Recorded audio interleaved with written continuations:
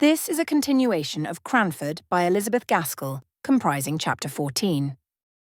Chapter 14. Friends in Need. It was an example to me, and I fancy it might be to many others, to see how immediately Miss Matty set about the retrenchment which she knew to be right under her altered circumstances. While she went down to speak to Martha and break the intelligence to her, I stole out with my letter to the Aga Jenkins and went to the signor's lodgings to obtain the exact address. I bound the signora to secrecy, and indeed her military manners had a degree of shortness and reserve in them, which made her always say as little as possible, except when under the pressure of strong excitement. Moreover, which made my secret doubly sure, the signor was now so far recovered as to be looking forward to travelling and conjuring again in the space of a few days, when he, his wife, and little Phoebe would leave Cranford. Indeed, I found him looking over a great black and red placard, in which the Signor Brunoni's accomplishments were set forth, and to which only the name of the town where he would next display them was wanting. He and his wife were so much absorbed in deciding where the red letters would come in with most effect, it might have been the rubric for that matter, that it was some time before I could get my question asked privately, and not before I had given several decisions, the which I questioned afterwards with equal wisdom of sincerity as soon as the seigneur threw in his doubts and reasons on the important subject. At last, I got the address, spelt by sound, and very queer it looked. I dropped it in the post on my way home, and then for a minute I stood looking at the wooden pane with a gaping slit which divided me from the letter but a moment ago in my hand. It was gone from me like life, never to be recalled. It would get tossed about on the sea and stained with sea waves perhaps, and be carried among palm trees and scented with all tropical fragrance. The little piece of paper, but an hour ago so familiar and commonplace, had set out on its race to the strange wild countries beyond the Ganges. But I could not afford to lose much time on this speculation. I hastened home that Miss Matty might not miss me. Martha opened the door to me, her face swollen with crying.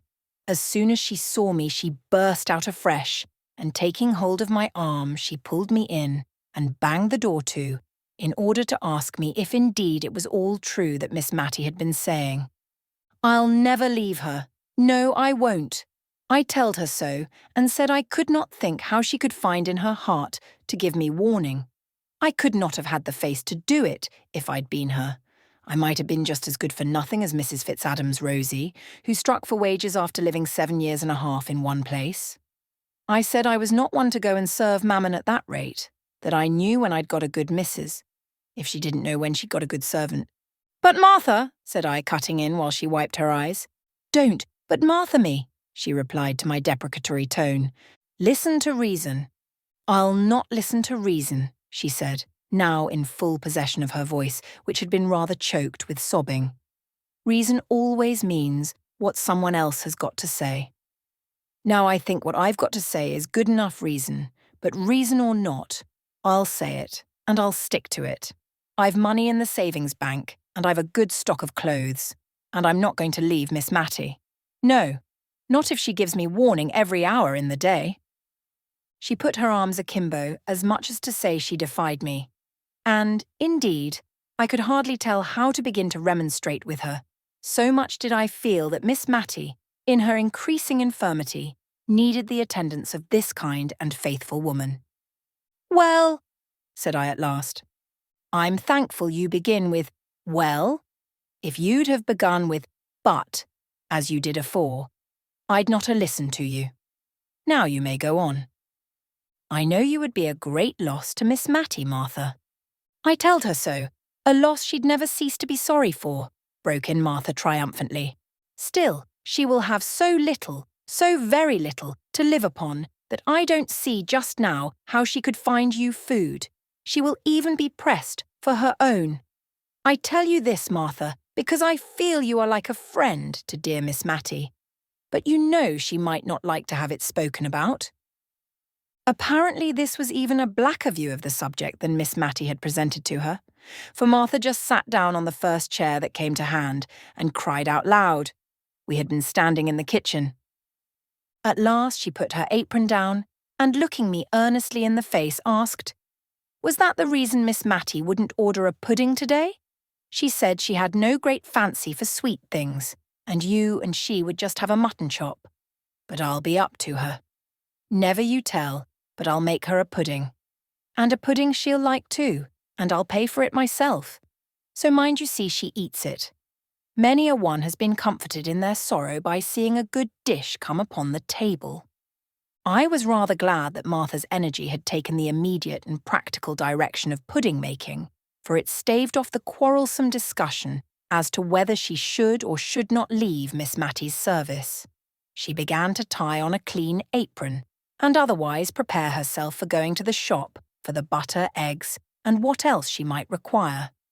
She would not use a scrap of the articles already in the house for her cookery, but went to an old teapot in which her private store of money was deposited and took out what she wanted. I found Miss Matty very quiet, and not a little sad, but by and by she tried to smile for my sake. It was settled that I was to write to my father and ask him to come over and hold a consultation, and as soon as this letter was dispatched, we began to talk over future plans. Miss Matty's idea was to take a single room and retain as much of her furniture as would be necessary to fit up this, and sell the rest, and there to quietly exist upon what would remain after paying the rent. For my part, I was more ambitious and less contented. I thought of all the things by which a woman, past middle age and with the education common to ladies 50 years ago, could earn or add to a living without materially losing caste.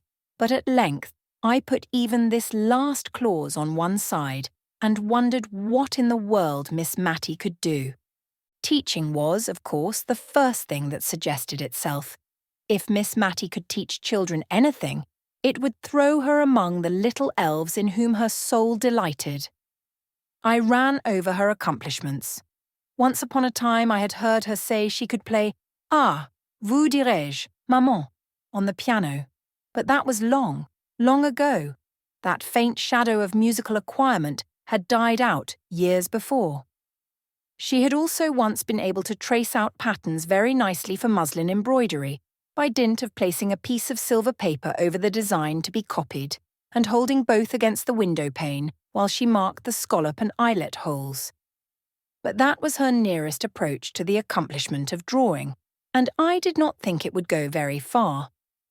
Then again, as to the branches of a solid English education, fancy work and the use of the globes, such as the mistress of the ladies' seminary, to which all the tradespeople in Cranford sent their daughters, professed to teach. Miss Matty's eyes were failing her, and I doubted if she could discover the number of threads in a worsted work pattern, or rightly appreciate the different shades required for Queen Adelaide's face in the loyal woolwork now fashionable in Cranford. As for the use of the globes, I had never been able to find it out myself, so perhaps I was not a good judge of Miss Matty's capability of instructing in this branch of education. But it struck me that equators and tropics, and such mystical circles, were very imaginary lines indeed to her, and that she looked upon the signs of the zodiac as so many remnants of the black art. What she piqued herself upon, as arts in which she excelled, was making candle-lighters, or spills, as she preferred calling them, of coloured paper, cut so as to resemble feathers, and knitting garters in a variety of dainty stitches. I had once said, on receiving a present of an elaborate pair, that I should feel quite tempted to drop one of them in the street, in order to have it admired. But I found this little joke, and it was a very little one, was such a distress to her sense of propriety, and was taken with such anxious, earnest alarm lest the temptation might some day prove too strong for me, that I quite regretted having ventured upon it. A present of these delicately wrought garters, a bunch of gay spills, or a set of cards on which sewing silk was wound in a mystical manner, were the well-known tokens of Miss Matty's favour. But would anyone pay to have their children taught these arts, or indeed would Miss Matty sell, for filthy lucre, the knack and the skill with which she made trifles of value to those who loved her? I had to come down to reading, writing, and arithmetic, and, in reading the chapter every morning, she always coughed before coming to long words. I doubted her power of getting through a genealogical chapter, with any number of coughs. Writing she did well and delicately, but spelling. She seemed to think that the more out of the way this was, and the more trouble it cost her, the greater the compliment she paid to her correspondent, and words that she would spell quite correctly in her letters to me became perfect enigmas when she wrote to my father. No, there was nothing she could teach to the rising generation of Cranford, unless they had been quick learners and ready imitators of her patience, her humility, her sweetness, her quiet contentment with all that she could not do. I pondered and pondered until dinner was announced by Martha, with a face all blubbered and swollen with crying. Miss Matty had a few little peculiarities which Martha was apt to regard as whims below her attention, and appeared to consider as childish fancies of which an old lady of 58 should try and cure herself. But today, everything was attended to with the most careful regard. The bread was cut to the imaginary pattern of excellence that existed in Miss Matty's mind, as being the way which her mother had preferred. The curtain was drawn so as to exclude the dead brick wall of a neighbour's stable, and yet left so as to show every tender leaf of the poplar which was bursting into spring beauty. Martha's tone to Miss Matty was just such as that good, rough-spoken servant usually kept sacred for little children, and which I had never heard her use to any grown-up person. I had forgotten to tell Miss Matty about the pudding, and I was afraid she might not do justice to it, for she had evidently very little appetite this day. So I seized the opportunity of letting her into the secret while Martha took away the meat. Miss Matty's eyes filled with tears, and she could not speak, either to express surprise or delight, when Martha returned bearing it aloft, made in the most wonderful representation of a lion couchant that ever was moulded. Martha's face gleamed with triumph as she set it down before Miss Matty with an exultant, "There!" Miss Matty wanted to speak her thanks, but could not, so she took Martha's hand and shook it warmly, which set Martha off crying, and I myself could hardly keep up the necessary composure. Martha burst out of the room, and Miss Matty had to clear her voice once or twice before she could speak. At last she said, "I should like to keep this pudding under a glass shade, my dear." And the notion of the lion couchant, with his currant eyes, being hoisted up to the place of honour on a mantelpiece, tickled my hysterical fancy, and I began to laugh, which rather surprised Miss Matty. "I am sure, dear, I have seen uglier things under a glass shade before now," said she. So had I, many a time and oft. And I accordingly composed my countenance, and now I could hardly keep from crying, and we both fell to upon the pudding, which was indeed excellent. Only every morsel seemed to choke us, our hearts were so full. We had too much to think about to talk much that afternoon. It passed over very tranquilly. But when the tea-urn was brought in, a new thought came into my head. Why should not Miss Matty sell tea? Be an agent to the East India Tea Company which then existed? I could see no objections to this plan, while the advantages were many, always supposing that Miss Matty could get over the degradation of condescending to anything like trade. Tea was neither greasy nor sticky, grease and stickiness being two of the qualities which Miss Matty could not endure. No shop window would be required. A small genteel notification of her being licensed to sell tea would, it is true, be necessary, but I hoped that it could be placed where no one would see it. Neither was tea a heavy article, so as to tax Miss Matty's fragile strength. The only thing against my plan was the buying and selling involved.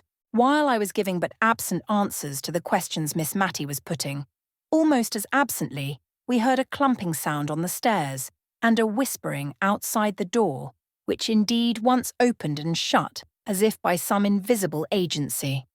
After a little while Martha came in, dragging after her a great tall young man, all crimson with shyness, and finding his only relief in perpetually sleeking down his hair.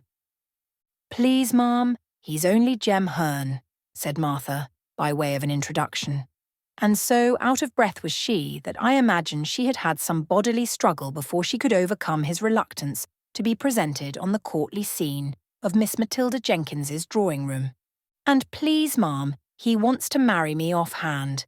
And please, ma'am, we want to take a lodger.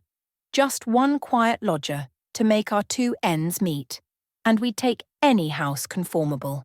And, oh dear Miss Matty, if I may be so bold, would you have any objections to lodging with us? Jem wants it as much as I do." To Jem. "You great oaf, why can't you back me? But he does want it all the same, very bad, don't you, Jem? Only you see, he's dazed at being called on to speak before quality." "It's not that," broke in Jem. "It's that you've taken me all on a sudden, and I didn't think for to get married so soon. And such quick words does flabbergast a man. It's not that I'm against it, ma'am," addressing Miss Matty. "Only Martha has such quick ways with her when once she takes a thing into her head. And marriage, ma'am. Marriage nails a man, as one may say. I dare say I shan't mind it after it's once over." "Please, ma'am," said Martha, who had plucked at his sleeve and nudged him with her elbow, and otherwise tried to interrupt him all the time he had been speaking. "Don't mind him, he'll come too.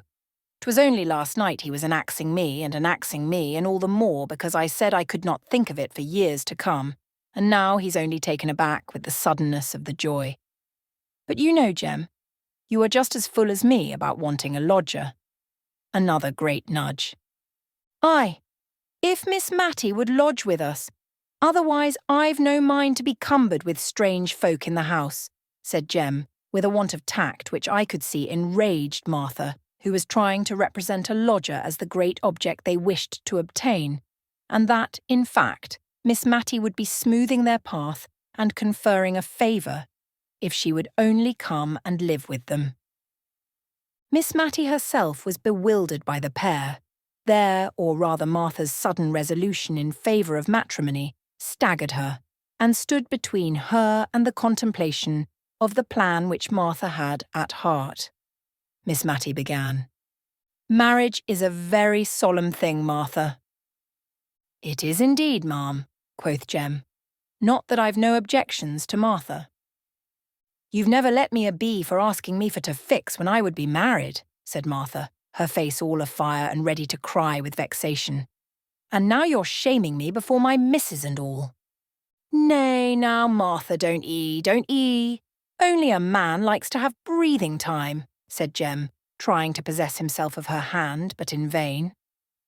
Then, seeing that she was more seriously hurt than he had imagined, he seemed to try to rally his scattered faculties, and with more straightforward dignity than, 10 minutes before, I should have thought it possible for him to assume, he turned to Miss Matty and said, "I hope, ma'am, you know that I am bound to respect everyone who has been kind to Martha.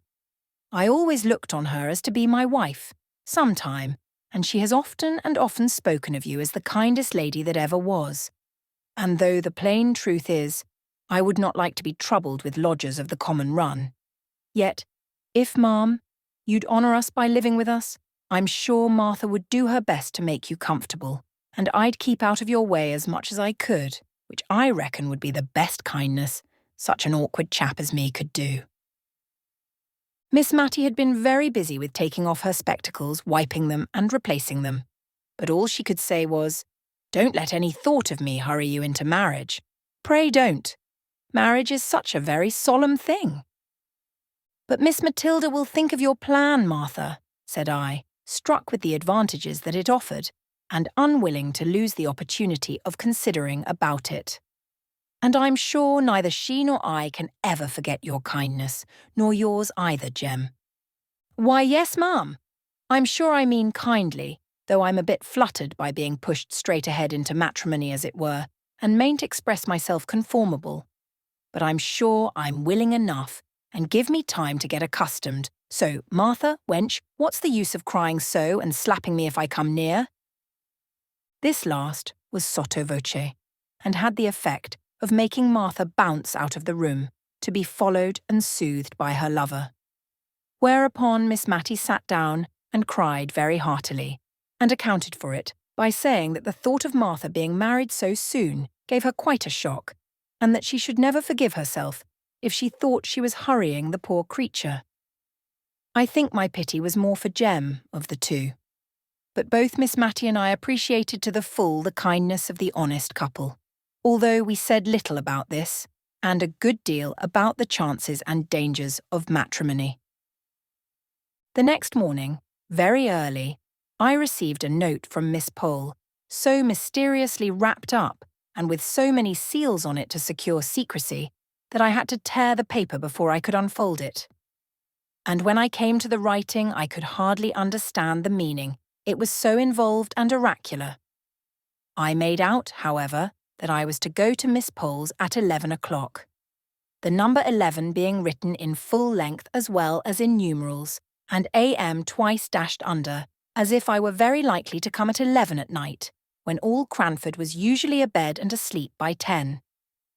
There was no signature except Miss Pole's initials reversed, P.E., but as Martha had given me the note, with Miss Pole's kind regards, it needed no wizard to find out who sent it, and if the writer's name was to be kept secret, it was very well that I was alone when Martha delivered it.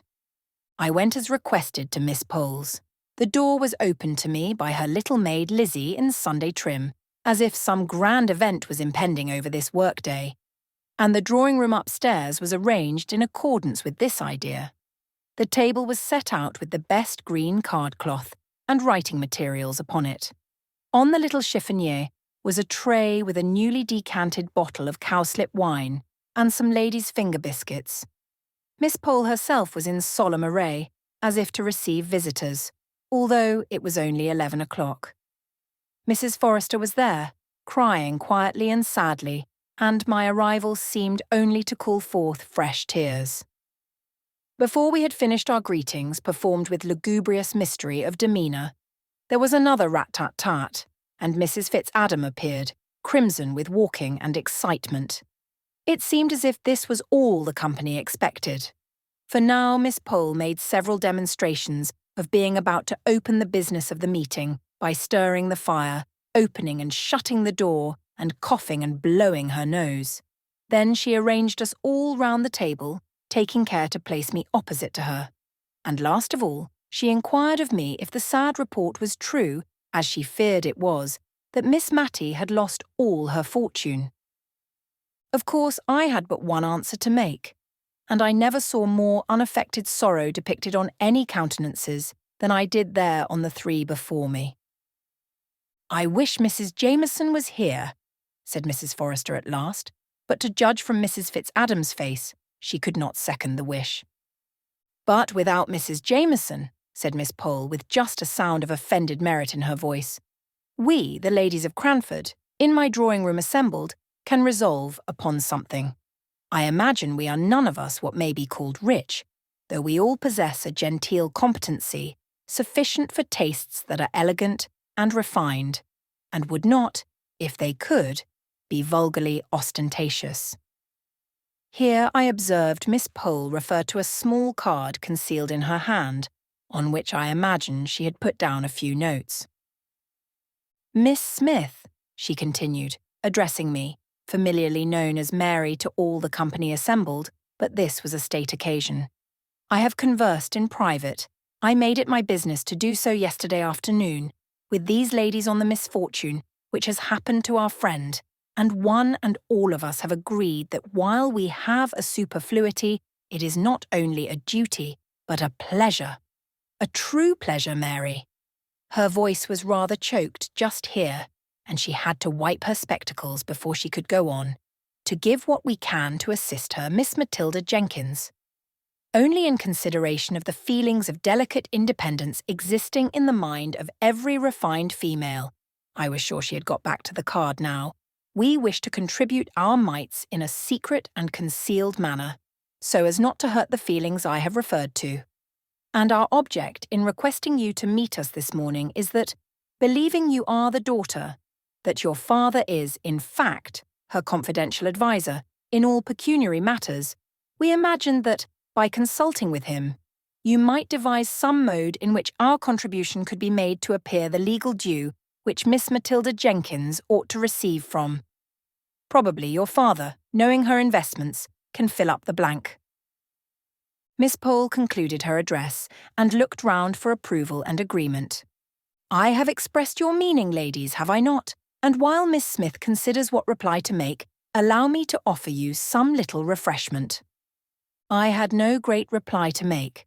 I had more thankfulness at my heart for their kind thoughts than I cared to put into words.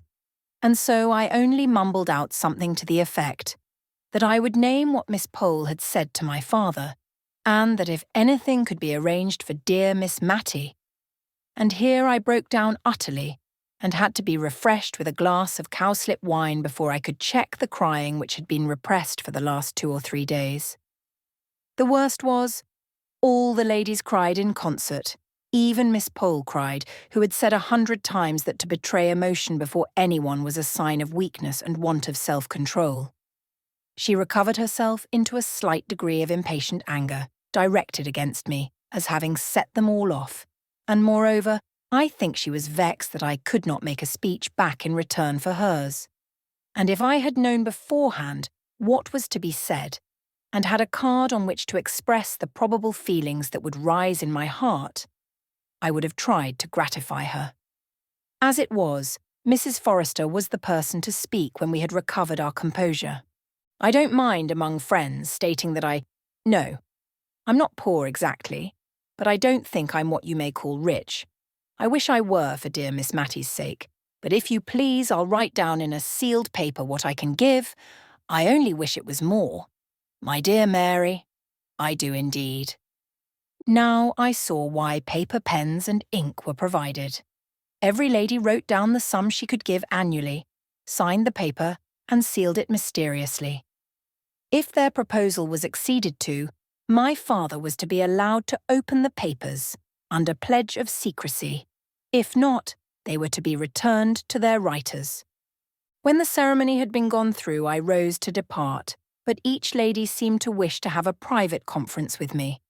Miss Pole kept me in the drawing-room to explain why, in Mrs. Jameson's absence, she had taken the lead in this movement, as she was pleased to call it, and also to inform me that she had heard from good sources that Mrs. Jameson was coming home directly in a state of high displeasure against her sister-in-law, who was forthwith to leave her house, and was, she believed, to return to Edinburgh that very afternoon.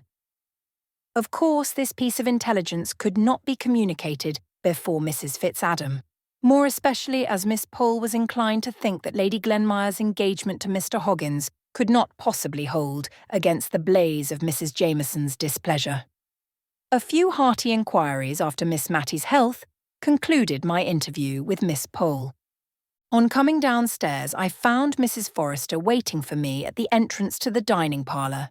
She drew me in, and when the door was shut, she tried 2 or 3 times to begin on some subject, which was so unapproachable apparently, that I began to despair of our ever getting to a clear understanding.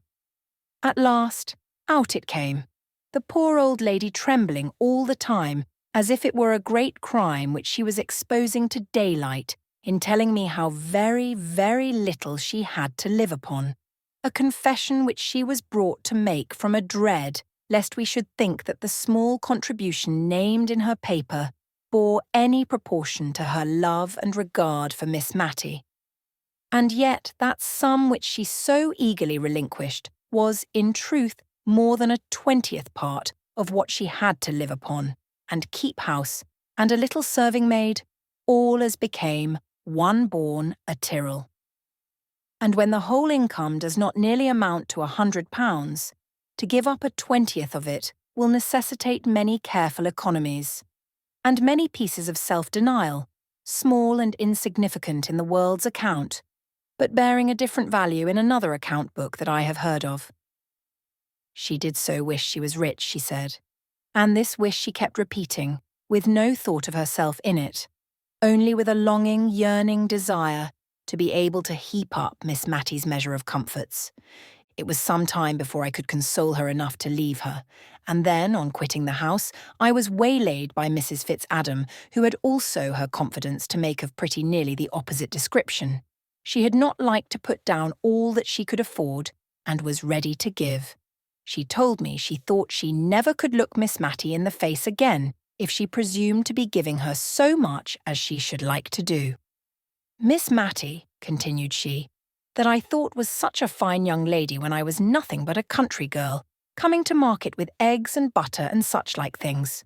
For my father, though well-to-do, would always make me go on as my mother had done before me, and I had to come into Cranford every Saturday and see after sales, and prices and what not. And one day, I remember, I met Miss Matty in the lane that leads to Combhurst. She was walking on the footpath, which, you know, is raised a good way above the road, and a gentleman rode beside her and was talking to her, and she was looking down at some primroses she had gathered and pulling them all to pieces, and I do believe she was crying. But after she had passed, she turned round and ran after me to ask, oh so kindly, about my poor mother, who lay on her deathbed. And when I cried, she took hold of my hand to comfort me, and the gentleman waiting for her all the time, and her poor heart very full of something, I am sure. And I thought it such an honour to be spoken to in that pretty way by the rector's daughter who visited at Arley Hall. I have loved her ever since, though perhaps I'd no right to do it. But if you can think of any way in which I might be allowed to give a little more without anyone knowing it, I should be so much obliged to you, my dear. And my brother would be delighted to doctor her for nothing, medicines, leeches, and all. I know that he and her ladyship, my dear, I little thought in the days I was telling you of that I should ever come to be sister-in-law to a ladyship, would do anything for her. We all would. I told her I was quite sure of it, and promised all sorts of things in my anxiety to get home to Miss Matty, who might well be wondering what had become of me. Absent from her 2 hours without being able to account for it. She had taken very little note of time, however, as she had been occupied in numberless little arrangements preparatory to the great step of giving up her house. It was evidently a relief to her to be doing something in the way of retrenchment, for, as she said, whenever she paused to think, the recollection of the poor fellow with his bad £5 note came over her, and she felt quite dishonest, only if it made her so uncomfortable. What must it not be doing to the directors of the bank, who must know so much more of the misery consequent upon this failure? She almost made me angry by dividing her sympathy between these directors, whom she imagined overwhelmed by self-reproach for the mismanagement of other people's affairs, and those who were suffering like her. Indeed, of the two, she seemed to think poverty a lighter burden than self-reproach, but I privately doubted if the directors would agree with her. Old hoards were taken out and examined as to their money value, which luckily was small, or else I don't know how Miss Matty would have prevailed upon herself to part with such things as her mother's wedding ring, the strange, uncouth brooch with which her father had disfigured his shirt frill, etc. However, we arranged things a little in order as to their pecuniary estimation, and were all ready for my father when he came the next morning. I am not going to weary you with the details of all the business we went through, and one reason for not telling about them is that I did not understand what we were doing at the time and cannot recollect it now. Miss Matty and I sat assenting to accounts, and schemes, and reports, and documents, of which I do not believe we either of us understood a word.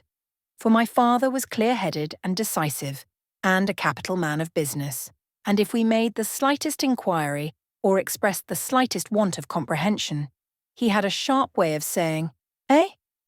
Eh? It's as clear as daylight. What's your objection?"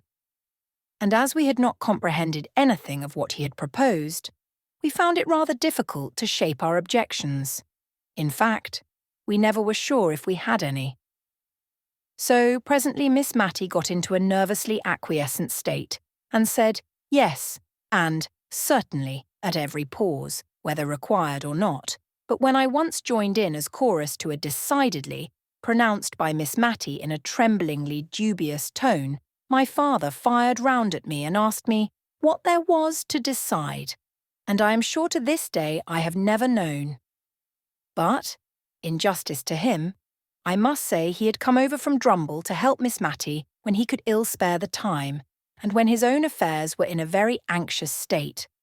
While Miss Matty was out of the room giving orders for luncheon, and sadly perplexed between her desire of honouring my father by a delicate, dainty meal, and her conviction that she had no right, now that all her money was gone, to indulge this desire, I told him of the meeting of the Cranford ladies at Miss Pole's the day before.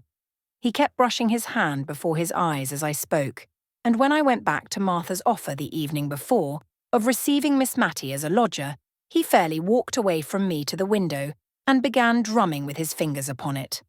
Then he turned abruptly round and said, "See, Mary, how a good, innocent life makes friends all around.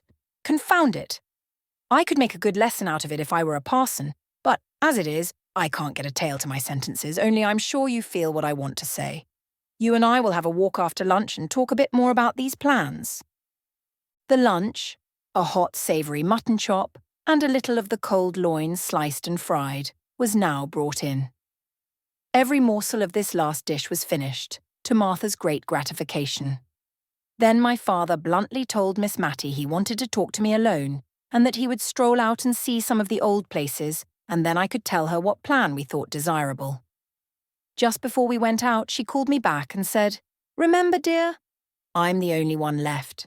I mean, there's no one to be hurt by what I do.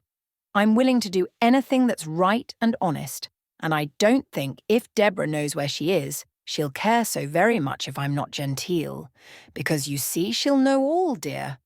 Only let me see what I can do, and pay the poor people as far as I'm able." I gave her a hearty kiss and ran after my father. The result of our conversation was this. If all parties were agreeable, Martha and Jem were to be married with as little delay as possible, and they were to live on in Miss Matty's present abode, the sum which the Cranford ladies had agreed to contribute annually being sufficient to meet the greater part of the rent, and leaving Martha free to appropriate what Miss Matty should pay for her lodgings to any little extra comforts required. About the sale my father was dubious at first. He said the old rectory furniture, however carefully used and reverently treated, would fetch very little, and that little would be but as a drop in the sea of the debts of the town and county bank. But when I represented how Miss Matty's tender conscience would be soothed by feeling that she had done what she could, he gave way, especially after I had told him the £5 note adventure, and he had scolded me well for allowing it. I then alluded to my idea that she might add to her small income by selling tea, and, to my surprise, for I had nearly given up the plan, my father grasped at it with all the energy of a tradesman. I think he reckoned his chickens before they were hatched, for he immediately ran up the profits of the sales that she could effect in Cranford to more than £20 a year. The small dining parlour was to be converted into a shop without any of its degrading characteristics. A table was to be the counter, one window was to be retained unaltered, and the other changed into a glass door. I evidently rose in his estimation for having made this bright suggestion. I only hoped we should not both fall in Miss Matty's. But she was patient and content with all our arrangements.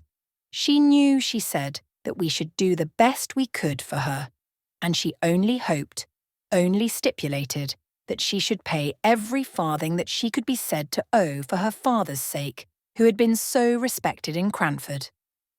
My father and I had agreed to say as little as possible about the bank, indeed never to mention it again, if it could be helped.